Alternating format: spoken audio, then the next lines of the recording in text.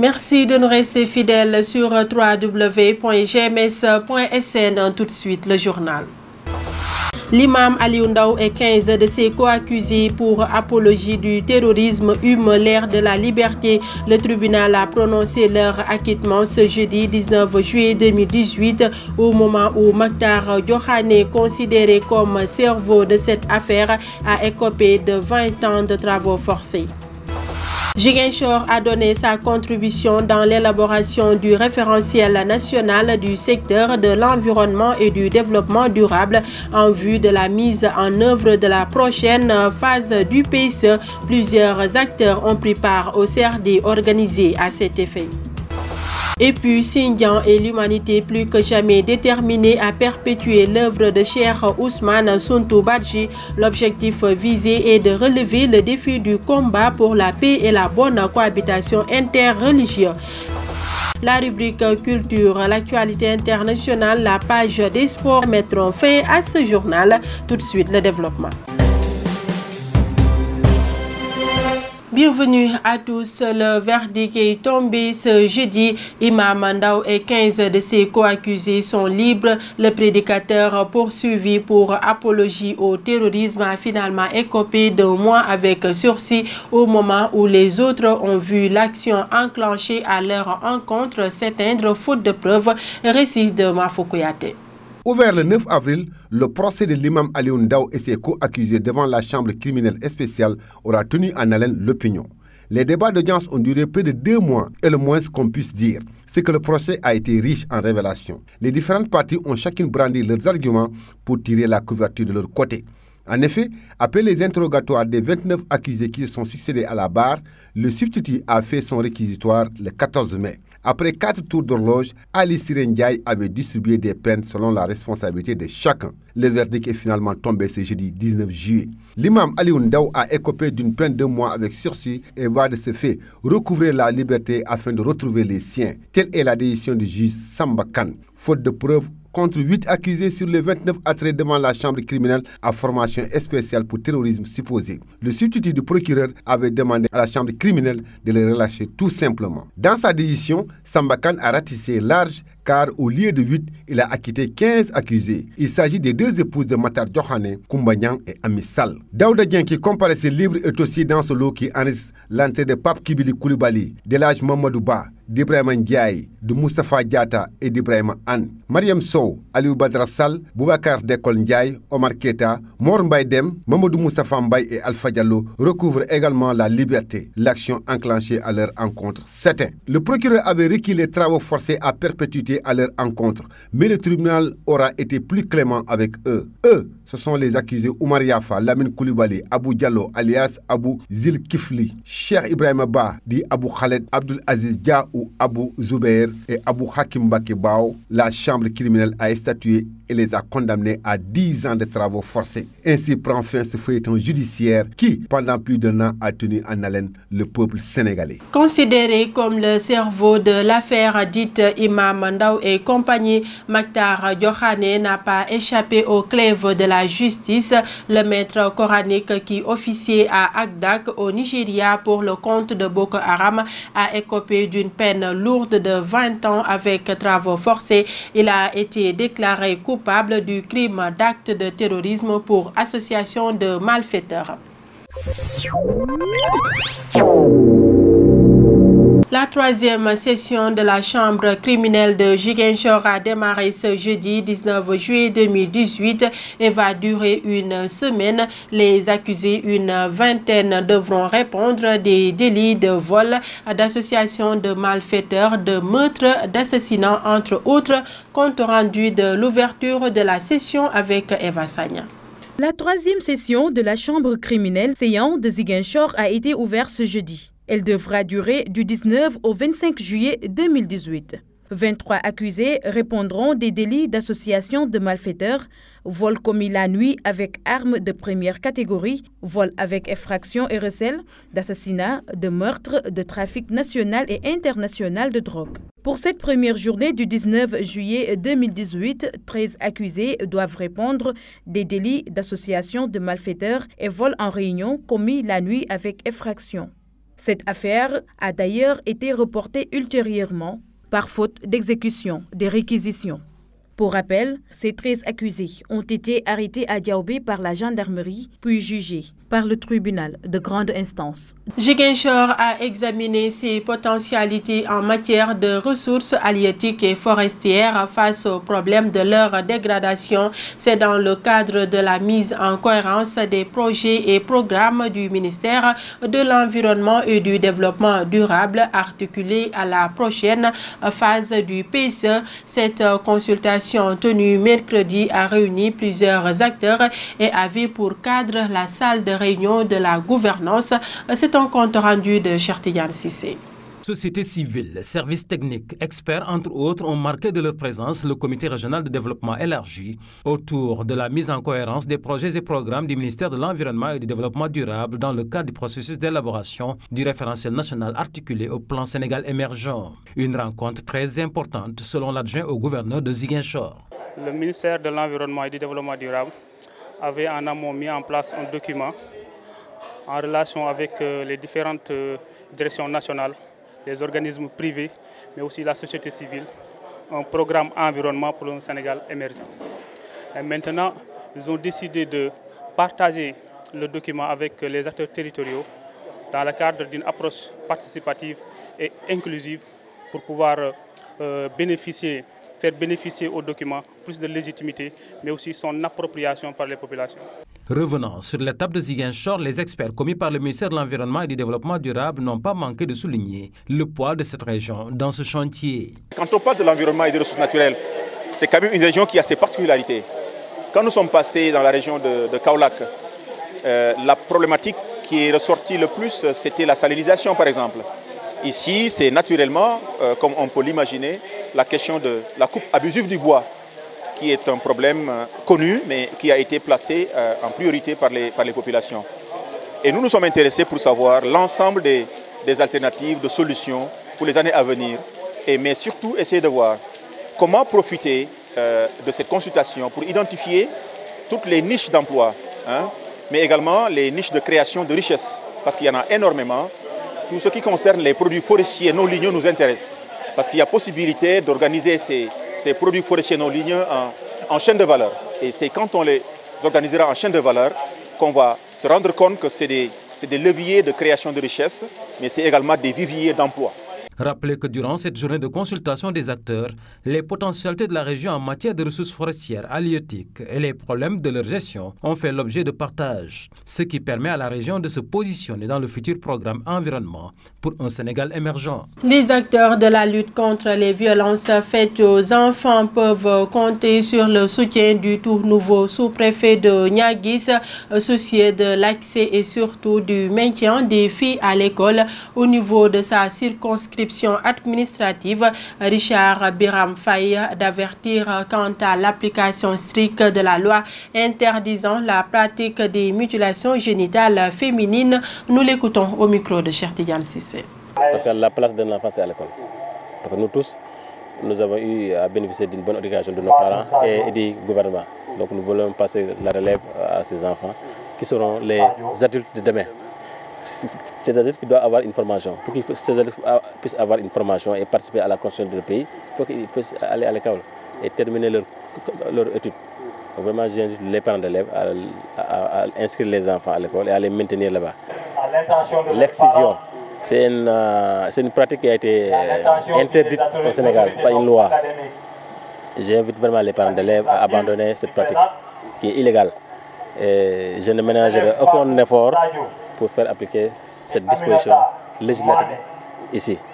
Et je passerai évidemment par la sensibilisation pour que les parents puissent mieux comprendre pourquoi on a interdit cette pratique qui est nuisible à la santé physique, à la santé mentale des enfants. Donc vraiment, je passerai les semaines à venir dans les villages pour faire une visite de courtoisie aux chefs de village, aux imams, et en profiter pour vraiment accentuer, renforcer la sensibilisation dans ce sens. Un élève a été pris en train de frauder sur WhatsApp dans la commune de Dara Djolof. GS, né en 1997, composé selon source A au jury 724 en série L'1. Il a été interpellé puis conduit à la brigade de gendarmerie de la commune de Dara. Le potage a été plus tard relâché, mais pourra dire adieu au baccalauréat de cette année-ci. La communauté Aïnou Salam de Sindian est d'ailleurs à remonter l'histoire pour feuilleter l'œuvre de Cheikh Ousmane Suntou Badji. Cet illustre homme de Dieu a marqué musulmans et chrétiens durant sa vie et ses talibés s'engagent à poursuivre son combat pour un monde de paix à travers une bonne cohabitation entre les religions. C'est un reportage signé Lamine Badiana.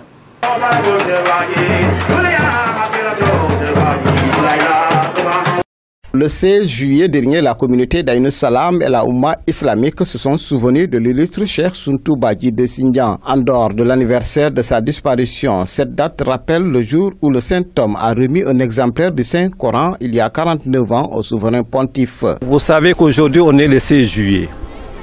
16 juillet est une date historique, une date importante pour la communauté d'Aïnou Salam, pour la Oumma islamique. Parce que vous savez que c'est le 16 juillet 1969 que Cheikh Ousmane Suntou Badji a eu en tout cas à se rendre au Vatican et il a eu à rencontrer le pape Paul VI. Le Cheikh Ousmane Suntou Badji, un élu parmi les élus de Dieu, le chantre du dialogue islamo-chrétien. Il est entré vivant et tout jeune dans l'histoire des grands hommes. Les khalifs de Cheikh Suntou Badji, Hassan et Ousseynou ont profité de la cérémonie officielle pour élever la voix et interpeller l'État sur les conditions de vie difficiles dans le Fogni. Fogni, kese, 142 villages. Donc, nous concret. Si vous prenez le département de Bignona, le Fogni à lui seul fait 142 villages. Mais vous ne verrez pas de goudron. Nous, c'est la latérite. S'il vous plaît, aidez-nous à avoir du goudron. Nous voulons nous sentir sénégalais. La santé aussi, les mêmes problèmes. L'agriculture, idem. Nous n'avons pas pu vendre l'arachide que nous avons cultivé l'année dernière, faute d'acquérir, et nous l'avons gardé pour en faire du ngalakh pour les talibés.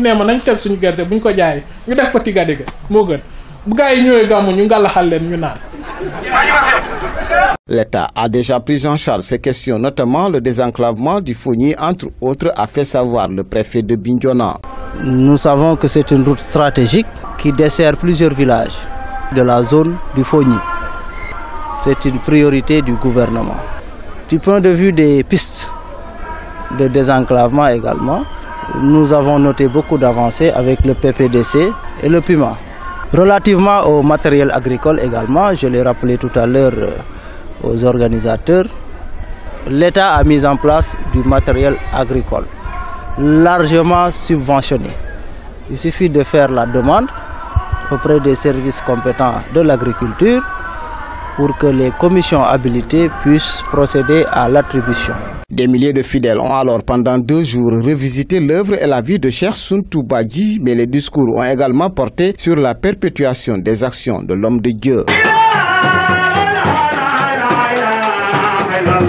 Place maintenant à la rubrique culture présentée par Maïmounaba.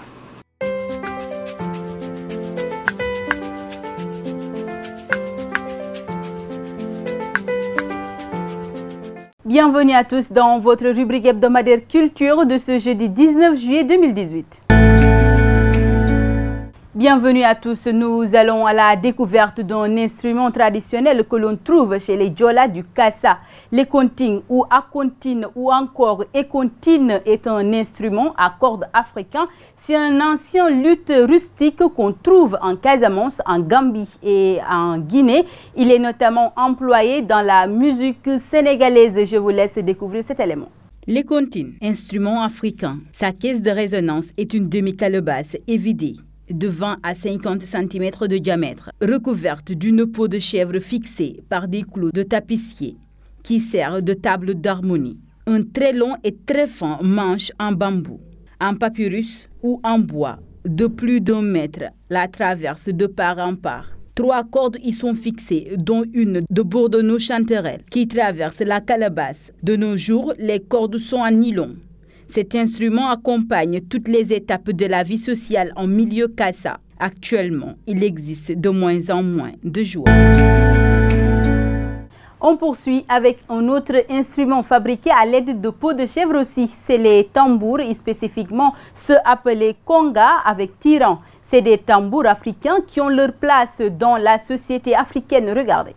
Ce tambour appelé conga, fabriqué à l'aide de peau de chèvre et de bois. Ce tambour africain chante, mais il parle également. Il est encore une institution fondamentale présente au cours des événements majeurs de la vie, comme le mariage, la naissance, l'intronisation d'un souverain, séances de divination ou de guérison, funérailles, guerres, etc. À ces occasions, le tambour traditionnel africain évoque et rappelle les croyances, légendes et préceptes de l'ordre de la vie, parfois orné de figures associées au rythme des peuples africains ou de motifs dérivés de leur qualification corporelle, tissage et vannerie. Il continue d'être fabriqué et joué au sein des orchestres des villages. C'est la fin de cette rubrique. Je vous retrouve la semaine prochaine pour un autre numéro. D'ici là, portez-vous bien.